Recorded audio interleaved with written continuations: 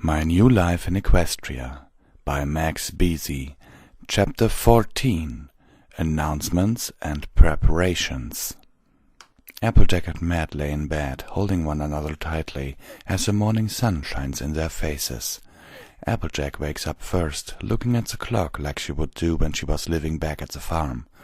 It's late, later than she had ever slept. No problem, though. It's only Sunday, and she doesn't work on Sunday unless it cannot wait. She feels Matt's chest move in and out, finding comfort in his peaceful breathing. The sunlight then hits his eyes, slowly waking him up. He looks down and notices Applejack looking at him with a smile. "Good morning," he said, greeting her with a peck on the cheek. "How was it sleeping in your new home?" "Best sleep I had in months," she replied. "You?" "The bed was really comfortable," he said, almost seductively, but in a joking manner. The two share a chuckle and playfully push each other around. They stop. "I think I could get used to this," Applejack smiles. "Waking up and holding you on to me every morning." "What do you mean, could? I'm already used to it," he chuckles. Applejack responds with a small kiss on the lips. "Now that we're engaged, what are we going to tell them?" she asks him. "Depends. Who do we tell first, your family or friends?" "Definitely family. Get the worst out of the way first." "I think you're right." Applejack sighed in happiness, the thoughts of being married swirling through her mind. "Applejack Williams," she says quietly. "How does that sound to you?" Matt grimaces. "It sounds awful. Getting married was a bad idea." Applejack stares at him, not understanding his tone. "I'm kidding," he laughs. "Seriously, though, it sounds weird. How about I use your last name?" "Matthew William Apple," she thinks for a moment. "That sounds weird, too." "Well, which one sounds less weird to you?" They both think for a moment, considering both names. At the same time, they say, "Matthew William Apple," before bursting with laughter. "So it's settled, then. Good thing the hard part is over," Matt jokes. "Your family is going to be very easy by comparison." Applejack's family was anything but. The two sit at the end of the table, as the staring eyes of Applebloom, Big Macintosh, and Granny Smith were piercing through their very souls. Beads of sweat dripped down the couple's faces, unsure of the reaction to come. Big Mac tapped his forehead on the table as an intimidation method. Applebloom pouted in judgment, while Granny Smith just stared, with no emotion on her face. She was easily the scariest out of the three. "So," Granny Smith started talking, "what you're saying is, you, a human, want to marry my granddaughter?" "Yes, Miss Smith," Matt gulped in nervousness. "I love your granddaughter very much, and I would be honored to have her as my wife." "I see." She keeps on staring, no pony knowing what she is thinking. She glances at Big Mac, then Applebloom, who glanced back at her, as if telepathically having a conversation. All three look at the couple. They stand up from their chairs, and in an instant their judgmental faces turn into wide smiles. "Welcome to the family," Granny Smith shouts. The three gather around the confused Matt and Applejack, giving them a great big hug, laughing and talking about how great it is for him to be joining the family. "Oh, shoot, I always considered your family anyway," Big Mac states. "I know you'll take good care of my little sis." "I always wanted another brother," said Applebloom. "even if he is a tall human like you." As proud as Matt was by their speeches of pride, he had only one thing to say. "Lungs, can't breathe," he wheezes in pain. They all let go of the couple. "Thanks." He is grateful. "Well, that wasn't too bad," Applejack admitted. One group down, one more to go. The pause was even longer than the one with the Apple family, if one can believe that. Inside Sugar Cube Corner, the 5 ponies stared with varied states of emotion as Matt and Applejack continued to stand side by side, looking at the faces that are trying to comprehend the situation. The 5 that stand before them look at one another, seeing if they can agree on one opinion. They cannot. "This is all kind of fast, isn't it?" Twilight asks. "Have you two settled on a date yet?" We don't know, Matt replied. We were wondering what any of you thought before we set anything in stone. He is confused by their faces. It's a little hard to get a beat on what you girls are thinking. It's freaking me out a little. Applejack, Twilight turns to her friend. is this what you want? The cowpony looks up in Matt's loving eyes and back at Twilight. More than anything. The mares couldn't argue with her. They know exactly what she wanted, and she was going to stay with him no matter what. It's not as if they weren't happy for her, far from it, but that they thought she dove into the decision rashly. In that case, Rarity stands forward. let me be the first to say congratulations. She smiles. Yeah, congratulations, Rainbow Dash triumphantly says. Congratulations, woohoo, Fluttershy says with practically a whisper. Twilight remained hesitant. The eyes of every pony were on her now. Well, she sighs.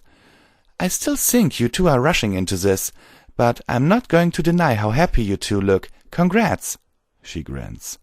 In a sudden explosion of confetti, Pinkie Pie shot her randomly generated party cannon all over the room. Everyone is showered in party favors and glitter. This calls for a celebration, every pony! Pinkie shouts whilst putting on a record player with bouncy music. Let's party! Pinkie hops onto the dance floor, belting out her best moves like there's no tomorrow. The rest of the gang joins her, happily dancing to the catchy beat. Everyone except Matt, who is standing there wondering where that party cannon and record player came from. He didn't recall seeing either of them when he walked in. Without warning, Pinkie stops the record player, rushing to Matt and Applejack. Oh, can I be your wedding planner? She shouts the question in their faces. I'll do a really good job. Are you even qualified to be a wedding planner, Pinkie? Matt wonders. How hard can it be? It'll be like planning a party, only bigger. It's going to be so cool. Can I, please? She gives them the cutest puppy dog eyes they have ever seen. The two look away before their hearts explode into cuteness. Okay, fine. Matt covers his eyes. Just stop doing that. My heart is starting to hurt, Applejack yelled. Yay! Pinkie bounces along the room at a rapid pace, ricocheting off the walls, sealing anything with the surface. She bounces so hard she hits Matt in the head, sending him crashing to the ground. She stops almost instantaneously. Oops! I'm okay. Matt raises his hand into the air. I think I'll just lay down here for a little bit.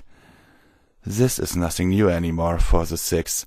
Matt had gained a reputation for himself over time, with other ponies calling him Mr. Bumbles, even to his face. He didn't care much. He knew he was a clumsy dope. They laughed at his head injury, and he laughed along with them. The next morning, Applejack and Matt made their way back to Sugar Cube Corner. Pinkie Pie ran up to them as the sun rose, yelling about how she had already drummed up a whole boatload of new awesome ideas that they were sure to love. Matt was curious. Applejack was a bit worried. Matt, are you sure that making Pinkie Pie the wedding planner was a good idea? Pinkie's our friend. I'm sure she wouldn't try to mess it up. I know that, but I'm not sure if a wedding needs her expertise. Ah, he shrugged. It'll be fine. A loud explosion of party noises and confetti fly out of the chimney of Sugar Cube Corner. Matt and Applejack looked at it with noticeable concern. Then again, I'm just a teensy bit worried. You can handle it, Sugar Cube. Applejack grazes her cheek against his arm. I gotta get to Rarity's to try on some dresses. Do you want me to come with you? No, sir. It's bad luck for the groom to see his bride's dress before the wedding. You ponies have that superstition here too, huh? Dang right we do. I'll catch you later. Applejack waves, walking out of Matt's sight and off to Carousel Boutique. Matt entered Sugar Cube Corner with all the caution he could muster. The place looked seemingly normal, like the confetti that shot out of it earlier never really happened. He closed the door slowly. "Pinkie?" he called out. Boom! More confetti and party favors shot out of random places all over Matt as Pinkie burst from behind the corner in celebration. Hello, lucky groom. I've got a treat for you. She reaches out, grabbing a rolling chair and setting it down in front of Matt. He shrugs his shoulders, sitting down for what will eventually be quite a ride. She pushes him to a room that he had never seen before. A dark, noiseless room, that is, until Pinky flips on the lights, showing pony mannequins dressed in southern garb, hay all over the place, and country music playing. "This was my first set," she exclaims. "It's a rootin' tootin' southern wedding, just what Applejack would like." "That's interesting." He has no time to make a full critique, as Pinky pushes him to yet another unseen room. She flips on the light switch, revealing a party more akin to Pinky's style. It almost looks like something for a child, with balloons, piñatas, and various other games adorning the floors and walls. "And this is a full-on party wedding. You got blobbing for apples, pin the tail on the pony, shark tank with real-life sharks. Don't worry, I defanged them. It wasn't easy." "Pinky, this looks more like a reception than an actual wedding." She rubs a hoof under her chin. "You have a point there." She grabs a chair, racing it along the bakery. "This way." She heads to another room. "This is—" She flips a switch. The Cake Twins, Pumpkin and Pound, are fast asleep. "Oops, this is the twins' bedroom. My mistake." She gently closes the door and pushes Matt to another room. "This is something if you're feeling all fancy pants." She flips the light switch. To Matt's amazement, the room lights up, revealing a classic wedding set. Pure white walls, tables, rugs, and balloons. He gets up from the chair, looking around the room. He is in awe, but something is missing. "What do you think?" Pinky asks. "It's beautiful, but a little traditional." "Well, we have the way old-timers did weddings." She suddenly pulls out a shotgun, cocking it with glee. Matt raises his hands. "No, it's not that kind of wedding." "Oh, right. You have to be forced into it for that. Sorry." She tosses the shotgun elsewhere. "So, what do you think?"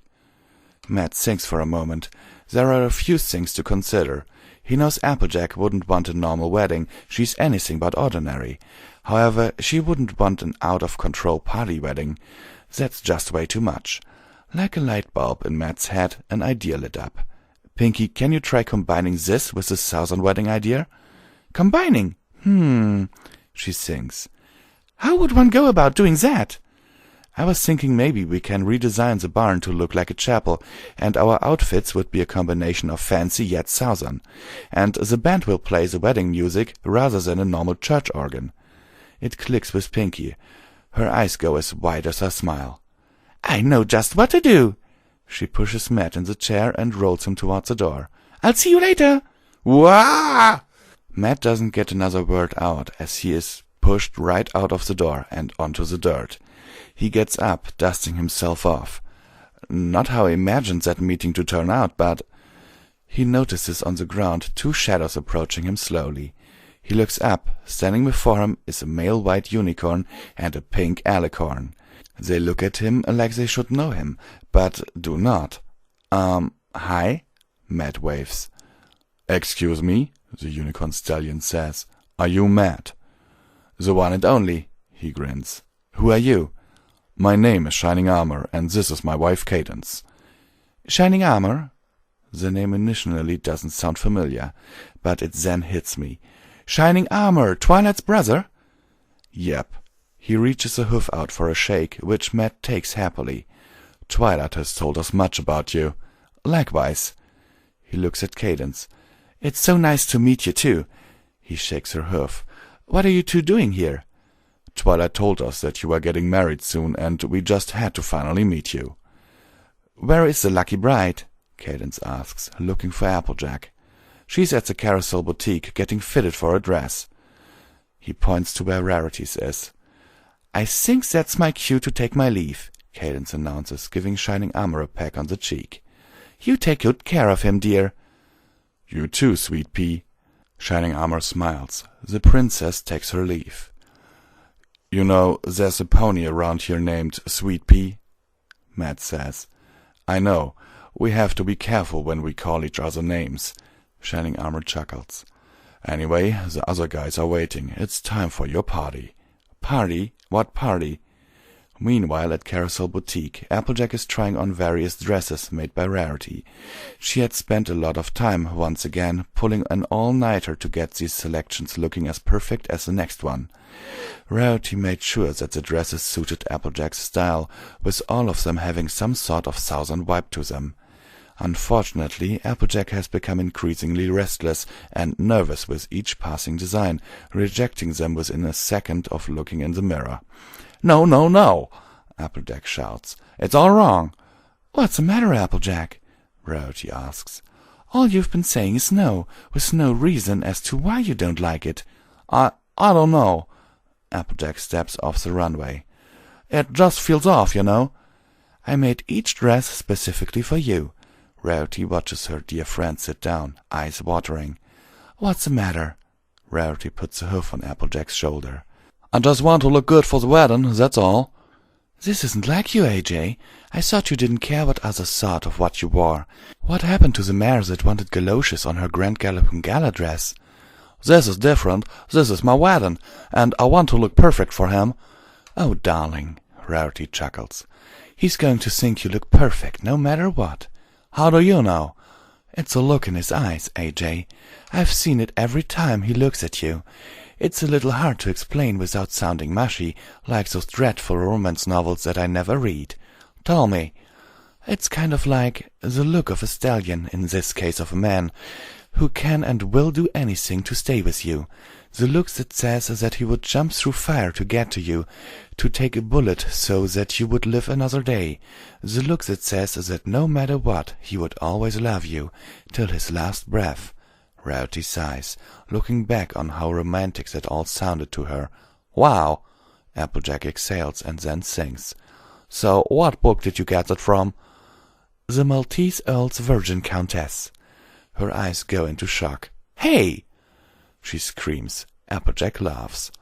You said you didn't read those silly things. I never... Well, a mare is entitled to her guilty pleasures every once in a while. Applejack continues to chortle before looking in the mirror again, feeling bad about what she said earlier. I'm sorry, Rarity. Applejack sniffles off the laughter. These dresses really are beautiful, but something's missing. I can't put my hoof on it. Rarity soon sees her point. Thinking, she looks around the room for a possible solution. She finds it. I think I know what the problem is. Using her magic, she floats Applejack's hat into the air, settling it on AJ's hat. She then places a veil on it. Well, what do you think, dear? Applejack looks in the mirror, and her expression says it all. She loves it. The hat perfectly complements the look. She turns to Rarity. I think I want to try the other ones again now. Matt is being led back to Twilight's house by Shining Armor. As much as he continues to ask the captain of the Royal Equestrian Guard what is going on, he is as tight-lipped as he is ever going to be, but maintaining an endless grin. As they get closer, Spike, along with Big Mac and Donut Joe, come out, with the same smiles on their faces. Okay, guys, what's the big deal? This isn't what I think it is it? You bet your flank it is, Donut Joe announces. You're the groom, so it's time we show you how us ponies and Dragon do a bachelor party. Oh no, guys, come on. Matt starts backing up. I don't think this is a good idea. He backs up into Shining Armor. Come on, Shining Armor says. We all have to go through this before marriage. I did, and I turned out all right. How did it turn out for you? Shining Armor tries to remember, but I don't remember. That's what I'm worried about. We're probably going to get super hammered, and then you guys are going to leave me on a roof or something for days. I saw it in a movie once. Hey! Spike exclaims. That sounds like fun. Get him! Oh shit. All of them gang up on the surprised Matt. He pushes past them, running as fast as he possibly could. Shining Armor shoots a bolt of magic, creating a wall in front of the groom-to-be. Predictably, because he is mad, he slams into the wall hard, falling onto the ground with a loud thud. The stallions and Dragon gather around the coughing Matt, recovering from the wind being knocked out of him. So, where are we going? Matt whispers in pain. We're going to Las Pegasus, Big Mac says with pride, like he's been there before. You're going to have the time of your life. Oh, great, Matt sarcastically quips. Massive sunburn, here I come. They lean down, lifting him onto their backs, and start walking over to the train station. All the while he screams at them, demanding that they put him down and take him back home. Applejack had finally made her decision on the dress. Rarity finishes placing it onto the rack, pleased by her friend's ultimate choice. I'm so glad you picked that one, darling. I feel it's my best one. Not to toot my own horn, of course. Aw shucks, Rarity, you can toot your own horn any time you... Pinky suddenly bursts through the door, loudly playing a horn.